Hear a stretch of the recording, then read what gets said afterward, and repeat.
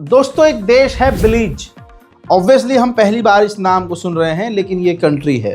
Belize बहुत छोटी सी country है लेकिन बहुत खूबसूरत है। इस देश के प्रधानमंत्री ने साफ कहा है कि हमने देखा है गाज़ा के अंदर जेनोसाइड हुआ है, लेकिन सबसे बड़ी बात यह है कि इंटरनेशनल कम्युनिटी ने भी इजराइल का इस जेनोसाइड में साथ दिया है, खासकर वेस्टर्न देशों ने। बिलीज यानी हम और हमारे साथ 9 और देशों ने साउथ अफ्रीका के साथ इंटरनेशनल क्रिमिनल कोर्ट में इजराइल के खिलाफ केस दर्ज किया हुआ है और हम फिलिस्तीन और गाज़ा के लोगों के साथ हैं। खबर है कि 59 यानी 59 जिंदा यहूदी और 39 मुर्दा यहूदी इजराइल के जो लोग हैं वो अभी कहां पर हैं? हमास के कैद में हैं, जिन्हें हमास बहुत जल्दी रिहा कर सकता है। वहीं हौथीस ने अलल ऐलान पहली बार ऑफिशियली कह दिया है, हमने तमाम हमले लाल सागर में रोक दिए हैं क्योंकि सीज फायर हो गया है। लेकिन अगर इजराइल ने सीज फायर का उल्लंघन किया तो हम अपने काम पर दोबारा लग जाएंगे। हजरात मोहतरम, इस रिपोर्ट को, मिडिल ईस्ट स्पेशल रिपोर्ट को शेयर कीजिए, अपनी दुआओं से हमें नवाजिए, कमेंट में अपनी राय लिखिए, वीडियो को लाइक कीजिए और इस चैनल को सब्सक्राइब कीजिए। जय हिंद।